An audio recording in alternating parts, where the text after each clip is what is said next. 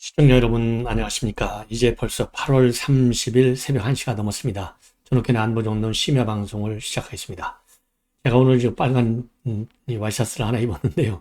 저도 피곤하고 그래서 이 빨간색을 입으면요 좀 힘이 나요. 그래서 제가 빨간색을 입었습니다. 그리고 우리 국민의힘 다시 살아야 되지 않겠습니까? 이 빨간색 이 특징이 뭡니까? 좀 힘이 나게 만들잖아요, 사람을. 그래서 지금 국민의힘이 지금 완전히 내용에 빠져드는 정도가 아니라 완전히 나락으로 이미 떨어졌어요. 이미 저 절벽 아래로 둘 다 떨어졌습니다. 이준석이도 떨어지고 국민의힘도 떨어졌습니다. 그런데 이걸 살아나려고 법정 투쟁을 하고 있어요.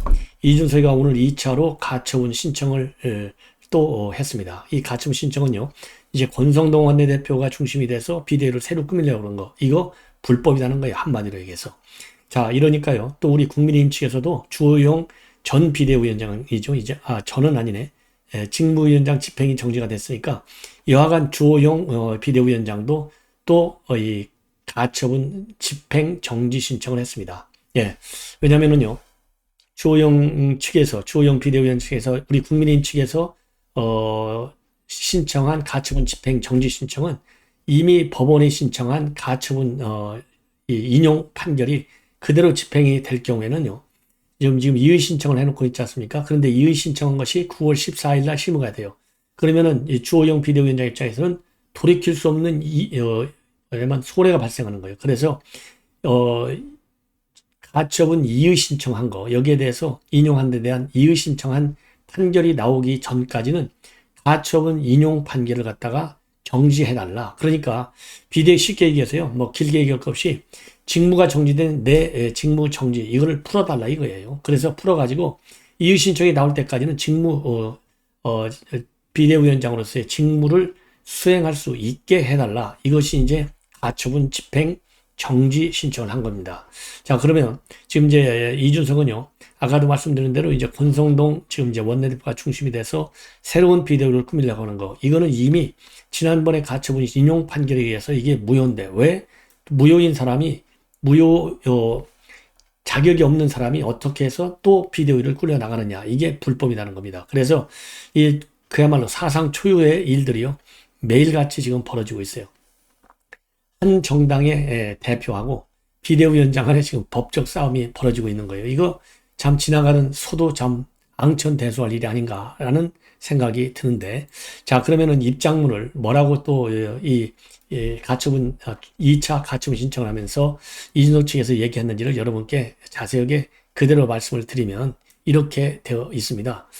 자, 지난번 26일 날에 이 가처분 신청 인용 결정으로 인해서 비대위원장을 임명한 전국의 결의가 무효가 됐다. 그래서 비대위원장의 비대위원 임명 또한 적법이유할 수 없고, 비대위원장 직무 대행 체제로 비대위 효력이 지속된다면 이것은 자신이 회복할 수 없는 손해를 입게 된다. 그러니까 여기서 비대위원장 직무 대행 체제가 누굽니까? 이게 권성동 원내대표가 다시 이 비대위를 꾸미려고 하는 거. 이거는 이준석에게 회복할 수 없는 손해를 준다. 이런 주장을 내는 거예요. 그러면서 사법부 결정에 반하는 정당의 우연적 결정에 대해서 법과 원칙에 의한 사법적 조치를 통해 바로잡을 수밖에 없다. 그러니까 사법적 조치에 대해서 지금 무시하고 달려드니까 또다시 사법적 조치를 하지 않을 수 없다. 그래서 2차 가처분 신청을 한 것이다.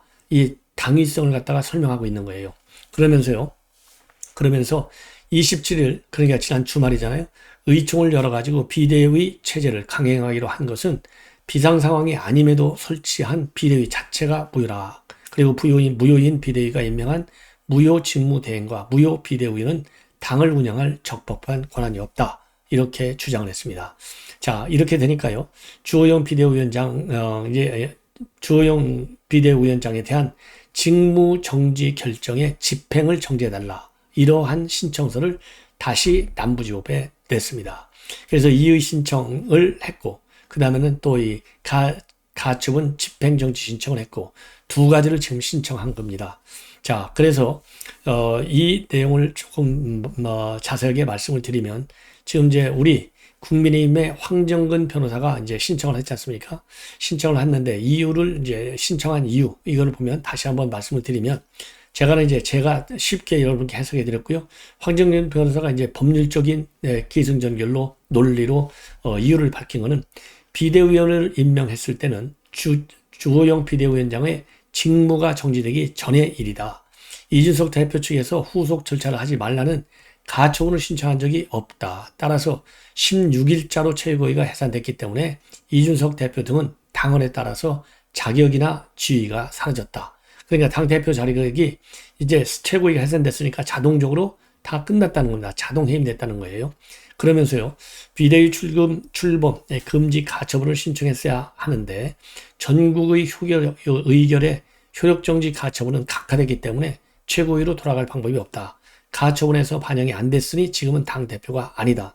결정문에 반영이 안 됐으니까 다시 살펴봐 달라는 취지다. 그러면서요, 직무정지를 임시로 풀어야 하는데 푸는 방법은 이의신청 사건이 끝나면 풀릴 수 있는데 시간이 걸린다. 왜냐면은요, 9월 14일 날 심의를 하거든요. 그러니까 아직도 지금 한 16, 7일 남았잖아요. 이거 하세월인 거지요. 이때까지만이라도 주호영 비대위원장이 직무 수행을 하게 해달라. 안 그러면은 돌이킬 수 없는 손해가 주호영 비대위원장한테 간다는 것이죠. 그래서 이를 빨리 풀어달라는 것이다. 이렇게 설명을 하고 있습니다. 그리고 추가적으로 제2차 지금 가처분 신청 대상에는요, 지금 이준석 측에서는 8명의 비대위원을 상대로 한 효력정지 가처분을 추가로 신청한 내용이다. 이렇게 보시면 됩니다. 그래서 원천적으로 지금까지 주호영 직무정지를 시켰잖아요. 비대위원들도 전부 직무정지를 시키려고 하는 게 지금 오늘 가처분 신청의 의미입니다. 자, 이러한 상황에서 말이죠. 지금 이제 당 중진들까지 나서가지고 상당한 인물들이 자, 권성동 원내대표 관둬라. 이 일제히 요구를 하고 있고요. 그 다음에 홍준표 그리고 충남지사인 김태흠까지도 지금 나서고 있어요. 자, 그렇기 때문에 지금 권성동 원내대표가 상당히 코너로 몰리는 상황인데요. 오늘 비대위에서 이 비공개리의 한 회의에서 한 발언이 지금 언론에 보도가 되고 있어요. 무슨 소리냐? 내가 대선 그래도 1등 공신이야. 1등 공신이기 때문에 내각에 참여할 수도 있고 또 인수에 참여할 수도 있지만은 내가 그런 요구 하나도 안 했다. 전부 다 포기한 사람이다. 그리고 또 이 당 사무총장직도 본인이 스스로 알아서 사임한 것 아니냐. 나는 자리에 연연한 사람이 아니다. 자, 그렇기 때문에 내가 거치에 대해서 갑론을박이 있는데 절대로 비대위 출범을 위해서 원내대표로서 해야 할 일이 꼭 있기 때문에 나는 이 혼란을 만면하기 위해서 충실하게 이행하기 위해서 원내대표직을 사퇴할 수 없다. 이런 폭탄 발언을 했어요. 이 내용을 자세하게 좀 말씀을 드리겠습니다. 자, 이게 말이죠. 오늘 열렸던 비대위에서 비공개를 한 거예요. 제가 자리에 연연했다면 대선 1등 공신으로서 인수위 참여나 내각 참여를 요구할 수 있었지만은 포기한 바 있다. 그런데 여기서요, 1등 공신이라는 말은 당에서 그러니까 대변인이 보도자료를 뿌릴 때는요, 1등 공신이라는 말은 빼고 뿌렸습니다. 왜냐하면 이게 지금 논란이 나고 있어요. 온라인 선상에서. 자, 그러면서요, 당이 석 달 가까이 혼란에 빠졌고 이준석 당대표의 성상납 의혹으로 촉발된 당윤리위 징계, 그리고 비대위 출범, 비대위원장 직무정지, 가처분 인용, 이로 인해서 과열된 내부 갈등, 많은 어려움이 쌓여 있다. 옳은 얘기죠. 예. 여기까지는 사실대로 이제 팩트를 쭉 정리해 놓은 거예요. 특히 당원 당규의 미비는 정치적 혼란의 중요한 원인이다. 따라서 당원 당규를 정비한 이후에 새로운 비대위를 출범시켜야만 혼란은 최소화할 수 있다. 예. 여기까지도 말은 얘기예요. 근데 지금 문제는 뭐냐? 왜 이거 혼란을 막기 위한 당헌 당규를 개정하고 새로운 비대위를 출범시키는 거, 이거를 왜 권성동 원내대표 당신이 해야 되느냐? 이게 중진 의원들의 반발의 원인입니다. 새로 원내대표를 뽑아서 이걸 하면 되는 것이지 왜 책임이 많은, 그동안에 실수를 많이 한 당신이 하냐? 이거가 못마땅하다. 이거예요. 그런데 지금 권성동 원내대표는 무슨 소리야? 나는 사육이 없는 사람이야. 이미 큰 자리들, 강요도 갈 수 있고 인수위에서 큰 역할을 할 수 있는데 내가 안 간 사람이야. 그렇기 때문에 내가 해야 돼. 이거를 주장하고 있는 거예요. 저희 거치에 대해서 갑론을박이 있는데 새로운 비대위 출범을 위해서 원내대표로서 반드시 수행해야만 하는 직무가 있다. 지금 중요한 것은 혼란을 방지하는 것이다. 이를 위해서 저에게 주어진 직무와 의원총회 결정을 충실하게 이행하겠다. 그러면서요, 저는 단 한 번도 자리에 연연한 적이 없고 지난 대선 기간 중 우리 당 윤석열 후보의 당선을 위해서 제 스스로 사무총장직도 사임을 했다. 제가 자리에 연연했다면 대선 1등 공신으로서 대선 기여자로서 인수위 참여나 내각 참여를 요구할 수 있었지만 저는 일찍이 그것도 포기한 바 있다. 이렇게 주장을 하고 있습니다. 그러면서요, 이미 의원총회에서 밝혔듯이 제 거치는 새로운 비대위 구성 이후에 제가 스스로 결정하겠다. 당의 위기는 새로운 비대위 출범으로 마무리되어야 한다. 실무진들과 더 상의를 해봐야겠지만은 추석 연휴 전에 새로운 비대위가 출범할 수 있도록 최선을 다해서 신속하게 추진하도록 하겠다. 그런데요, 지금 이렇게 되니까 온라인상에서 지금 난리가 난 거예요. 아니, 1등 공신하니? 그러면서요, 자기 입으로 자기가 1등 공신하고 말하다니, 대선 때 권선동 원내대표가 뭘 했는지 기억이 안 난다. 자기 객관화가 안 되는 듯, 이런 반응들이, 안 좋은 반응들이 올라왔습니다. 자, 그러다 보니까요, 이 공보실에서 이 권성동 원내대표의 발언 전문을 기자들에게 공유했는데 1등 공신 발언은 삭제를 했습니다. 자, 그리고 이 권성동 원내대표는 이번 지방선거 유세 도중에서도 제가 그래도 국민의힘 원내대표다. 각종 예산, 정책 제가 오케이 해야 나간다. 그리고 제가 윤석열 대통령 친구가 아닌가? 제가 오케이 하면 다 되는 거다. 국민의힘 후보를 당선시켜주면은 요구하는 예산은 제가 다 떨궈 드리겠다. 그래서요, 상당히 자기 파워를 가지고 또 이 지방선거를 좋게 얘기하면 도와준 거고요. 조금 불편하게 얘기하면 좀 폼을 잡은 것이죠. 자, 그러나 이 발언도 지금 도마 위에 오르고 있는데 이 부분은 이 권선동 원내대표가 그야말로 한 명이라도 더 당선시키겠다라고 하는 그러한 취지에서 좋은 의미로 한 것이다. 이 폼을 잡으려고 했다. 이렇게 보는 것은 지나친 폄하다. 저는 그렇게 폄훼다. 이렇게 판단이 됩니다. 근데 문제는 말이죠. 권선동 원내대표가 자기가 역할을 하겠다. 반드시 이거는 원내대표로서의 직무이기 때문에 반드시 내가 해야 된다. 지금 이 십자가 정신을 지금 주장하고 있는데요. 문제는 뭐냐? 서병수 전국위원장이 내가 2번 다시 실수할 수 없어. 나는 전국위를 소집할 수 없다. 그리고 권성동 물러나라. 이렇게 주장하고 하면서 이준석 당신도 이제 그만 물러나라. 이렇게 얘기를 하고 있거든요. 그러다 보니까 전국위 소집이 지금 안 될 가능성이 있는 거예요.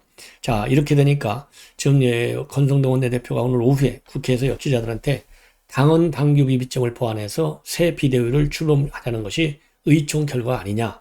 그렇기 때문에 의총 결과는 그대로 이행해야 되는 것이 충실하게 이행해야 된다는 것을 서병수 전국위원장도 충분히 아시라고 믿는다. 그래서 이러한 의총의 뜻을 받들기 위해서 다시 한번 받아달라 이렇게 요청한다라고 밝혔고요. 그럼에도 불구하고 요청을 하지 않는 경우에는요. 전국의 부위원장이 사회를 보도록 해서 의총의 결의를 이행하도록 하겠다라고 밝히고 있습니다. 자, 그래서 지금 이건 문제가 제가 보기에는요. 서병수 위원장이 안 여는데 부의장으로 연다? 이거요. 이렇게 되면은 제가 보기에 이준석이가 또 무슨 법적 조치를 취할 것 같아요. 자, 그리고 어쨌든 간에 서병수도 말이죠. 본래 이 전국의장을 누가 시켰어요? 이준석이가 시켰지 않습니까? 친이준석 파로 되어 있어요. 자, 그런 것들이 전부 다 영향이 된 거 아니냐. 왜냐면은요. 자, 지금 말이죠. 지금 이핵관이라고 하는 사람들이 일제히 지금 이 가처분 신청에 열을 올리고 있잖아요. 그런데 가처분 신청이 인용이 됐는데도 불구하고 서병수가 전국의장직을 가지고 다시 전국위를 연다? 이거 말이 안 되는 거예요. 서병수 의장 말대로. 그러니까 이게 법 위반 사항인데 왜 2번씩이나 내가 실수하게 하느냐? 옳은 얘기임에도 불구하고 이렇게 뭐라 그럴까요? 권성동 원내대표가 부의장으로까지 사회를 시켜서 하겠다. 이거는요. 옳지 않다. 끝까지 설득을 해야 되겠고 만약에 설득이 안 된다고 한다면 다른 별도의 대책을 강구해야 될 것 아니냐. 그래서 이제 오늘 30일 날 의총이 열리잖아요. 그래서 의총을 통해서 서병수 전국의장을 설득하는데 모든 노력을 다 해야 되겠다. 그럼에도 그거 안 될 경우에는요. 이거 비대위가 출동이 안 되는 거죠. 더군다나 지금 이준석 측에서 가처분 신청까지 했지 않습니까? 상당한 사법 리스크가 바로 이 대목에 이른다. 그래서요. 지금 이제 안철수 의원도 최재형도 김태흠도 전부 다 나섰어요. 그런데 문제는 뭐냐? 이번 같은 경우에 이건 굉장히 중차대한 일이기 때문에 우리 국민의힘 출신들의 지방자치단체장들이 발언하는 것은 사실은 어떻게 보면 불가피한 사안일 수도 있고 예외 없는 규칙이 없다고 말이죠. 이거 뭐 지방자치단체들이 정치적인 이슈에 대해서 발언하지 말라. 이런 법은 또 없지 않습니까? 그렇기 때문에 발언할 수가 있는데 지나치게 자주 발언하는 문제. 예를 들어서 홍준표 의원 대구시장 같은 경우 매일 하잖아요. 매일. 이런 거는요. 이 지방자치단체장의 역할에 맞지 않다. 예를 들자면 박형준 부산시장, 그 다음에 오세훈 서울시장 별로 발언 안 하지 않습니까? 그런 것처럼 지방자치단체장들이 이러한 민감한 이슈에 대해서 뭐 한두 번 특별하게 예를 들어 김영한 충북지사 같이 이러한 발언을 하는 거는 또 김태흠 지사 같이 하는 건 뭐 이제 뭐라 그럴까요? 이해할 수 있지만은 매일같이 지방자치단체장이 중앙 정치에 대해서 SNS를 하더라도요. 머리가 거기에 가 있다는 거 아니겠어요? 막말로. 이거는 무슨 조치인가는 반드시 해야 될 것 아니냐. 저는 그런 생각이 듭니다. 자, 그래서 권성동 사퇴 압박은요. 시간이 갈수록 상당히 커지는 것이 아니냐. 이런 판단이 듭니다. 이번에는요. 이 박지원 이 원장이 또 한마디 했어요. 자, 제가 볼 때는 권성동은 내대표도 물러가야 되고 이 정도가 되면 억울해도 물러나가야 되고 이 정도가 되면은 이준석도 그 정도의 선에서 이제 끝내야 된다. 더 문제를 야기시킨다는 거 하면 국민들이 실망할 것이다. 이런 입장을 내놨습니다. 자, 그래서 오늘 SBS 주영진의 뉴스브리핑에 출연해서 한 얘기인데요.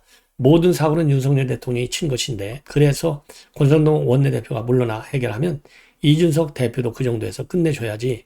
그래도 집권여당의 대표가 그렇게 끝까지 문제를 일으킨다면 국민들도 좀 실망할 것이다. 나라도 당도 대통령도 망하는 길로 가고 있다. 도중 맞으려면 개도 안 짖는다고 이번에 저런 사고가 났는데도 국민의힘이 정신 못 차리고 계속 또 뭐 이러한 이의 신청하고 비대위 또 구성한다는 거 아니냐. 이렇게 비판을 하고 있어요. 그리고 또요 이재명한테는 아주 굉장히 아부하고 있어요. 자, 압도적 지지를 받은 것에 대해서는요. 윤석열 대통령의 반사 이익을 받은 거다.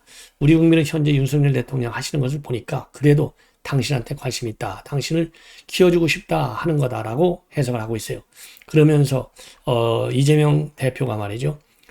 지금 민생 경제 회복을 위해서 영수회담을 제안하고 한 거. 그리고 또 윤석열 대통령한테 아낌없이 지원하겠다라고 한 거. 이런 것은 굉장히 감동적이라고 해요. 자, 아부의 극치를 달리고 있습니다. 그러면서요. 과거에는 야당은 무조건 반대만 하고 싸움만 잘했으면 됐는데 그렇지만 오늘날 국민 수준이 올라가서 협력할 것은 협력해라. 대한정당으로서 싸우지 말라라고 하는 것이 국민적 요구다. 그래서 이게 감동을 줬다는 거예요. 그리고 사법 리스크와 관련해서도요. 담대하게 크게 나가라. 단결해서 나가면 극복할 수 있고 이길 수 있다. 그렇지만은 이재명 대표가 디테일로 빠지면 진다. 소위 법과 부인 이런 문제에 대해서는요. 디테일로 빠지지 마라. 단합하면 이기는 것이다 라고 주장하고 있습니다. 그리고 기자들이 안 오는 게 묻지 않는 것이 불행한 거다. 신경질 내지 말라. 이렇게 한마디 좀 쓴소리를 하고 있습니다. 자, 이번에는요, 신평 변호사가, 한마디를 하고 있어요. 신평 변호사. 자, 뭘 하고 있느냐. 지금 이 페북에 글을 올렸는데요. 최근에 광주에 가서 올바른 사법개혁의 방향이라는 주제로 강연을 했다고 합니다. 이 강연을 한 후일담을 일종의 강연을 계기로 해서 광주에서 통일하게 느낀 게 하나 있다. 그러면서 무슨 비하인드 스토리를 꺼내느냐. 단일화 비화를 꺼내고 있어요. 단일화 지금까지는요. 장제원과 그다음에 이태규 의원 둘이서 이제 한걸로 되어 있지 않습니까? 그런데 그게 아니고 바로 신평과 누구냐. 조정관 전남대 교수가 했다. 이거를 갖다가 처음으로 공개하고 있습니다. 비하인드 스토리. 그러면서 지금쯤이면 내가 비하인드 스토리를 이거를 얘기해도 되지 않겠느냐. 그래서 이 두 후보 우선 안철수와 윤석열 두 후보가 단일화가 이루어지지 않았으면은 절대 대선 승리는 없었다. 이렇게 하면서 이게 누구 때문에 된 거냐? 바로 전남대 조정관 교수, 즉 국민의당 광주시당 위원장 이분하고 본인 때문에 이게 이 단일화가 이루어졌다는 거예요. 처음에 내가 단일화 해야 된다고 그러니까 윤석열 대통령도 그거 굉장히 부정적이었는데 끝까지 이 고집을 펴갖고 반드시 해야 된다. 이렇게 계속 설득을 했더니 막판에 그럼 그렇다면은 한번 나서 봐라. 이렇게 승낙을 받고 나섰는데요. 조정관 교수도 처음에는 좀 뭐라 그럴까요? 머뭇거리다가 그러면 우임을 받아갖고 와라. 그래서 우임을 받았다. 그랬더니 본인이 이제 안철수 후보를 설득을 해가지고 왜냐면 안철수 후보도요. 상당히 처음에는 소극적이었다고 합니다. 왜냐면 그동안에 이 정치권에 신뢰할 수 없는 일들이 너무나 많았기 때문에 혹고 배신나고 그러다 보니까 상처를 많이 받아서 단일화에 소극적이었는데 이 조정관 교수가 끝까지 설득을 하는 바람에 이 안철수 후보도 넘어왔다. 그래서 단일화가 됐다고 밝히고 있습니다. 자, 이거요. 근데 제가 보기에는요. 저도 신평 교수 개인적으로는 잘 모르지만은 이 SNS를 자주 제가 여러분께 인용해 드리는데 상당히 논리가 청연해요. 그리고 신중한 그런 평가를 내놓고 또 추추미에 관해서 또 일가를 하는 걸 보고서 이분은 양심이 살아있구나. 그리고 법률적 지심도 충분하구나. 이런 판단을 하는데 이거 비하인드 스토리 꺼낸 거는요. 시기가 상조한 거 아닌가. 이러한 아쉬운 점이 있습니다. 자, 의도하는 바가 뭔지 제 수준에서는요. 이해가 잘 안 돼요. 자, 이제 마지막으로 말이죠. 전효 의원이 이준석을 또 직격하고 나섰어요. 그야말로 이번에는요. 양아들 그러니까 이준석을 양아들로 치환을 해가지고 양아들이 아주 망나니 짓을 하는 거, 동네 맨날 술 먹고 또 술 먹고 말이죠. 한마디로 페르낙 같이 하고 돌아다니는 거, 이거를 인용을 하면서 비판을 하고 있습니다. 그래서 그동안에 이준석이가 한 법률적으로 성상납 받고 또 7억 투자 각서 써주고 이거를 갖다가 양아들이 지금 하고 있는 거예요. 그래가지고 경찰에 이제 또 신고까지 하고 난리가 났어요. 왜냐면 어머님을 갖다가 폭행해가지고 자, 이 어머님 폭행한 건 뭡니까? 이게 결국은 가처분 신청해서 현 국민의힘 지도부를 갖다가 때려낸 거, 이거를 갖다가 이 폭행한 걸로 비유하고 있어요. 비유가 굉장히 재밌습니다. 자, 그런데 결론은 뭐냐? 진영 판사 황정수, 이거 정치적인 배려나다는 거죠. 그래서 국민의힘 의원들 이번에는 비판하고 오지 않고 오로지 진영 판사 황정수만 비판한다. 이렇게 결론을 내리고 있습니다. 자, 그래서요, 이 전효 의원이 쓴 글을 한번 이거 뭐 한 1분 정도 걸려서 제가 인용해 드리겠습니다. 재밌습니다. 아주. 노 부부가 양자를 들였어요. 귀여운 막둥이 노릇을 하겠다고 온갖 아양을 떨었거든요. 그런데 들어온 뒤에 애가 싹 달라졌어요. 허구한 날 노 부부가 정성껏 가꾼 정원을 술 취해 들어와서 마구 짓밟기 일쑤였죠. 원래 직업도 없이 무의 도식 하던 애라 엄마 카드 뺏어서 한 달에 2천만 원씩 긋고 다녔어요. 그러는 어느 날 동네에 흉흉한 소문이 돌기 시작했어요. 그 집 양아들이 완전히 양아치 짓을 하고 다닌다고요? 아버지 이름 팔아서 술집에서 플러스 알파 접대까지 받고요. 이거 이제 성접대 얘기하는 거죠. 같이 다닌 양아치가, 이게 이제 김철근 정무실장을 얘기하는 것 같아요. 같이 다닌 양아치가 네 부모님한테 말한다 하니까 대뜸 친구시켜 7억 투자까지 각서. 여기서 같이 다니는 양아치는 이게 이제 누구를 얘기하는 겁니까? 같이 이제 이해관들을 얘기하는 거 비슷한 거 아니겠습니까? 네 부모님한테 말한다. 그러니까 여기서 이제 양아치는요, 그 당시 성접대를 나섰던 그런 일행들을 얘기하는 것 같아요. 같이 다니는 양아치가 네 부모님한테 말한다 하니까 대충 친구시켜서, 이게 친구는 여기서 김철근 정무실장을 얘기하는 거죠. 7억 투자 각서까지 써줬어요. 이게 사실이냐고,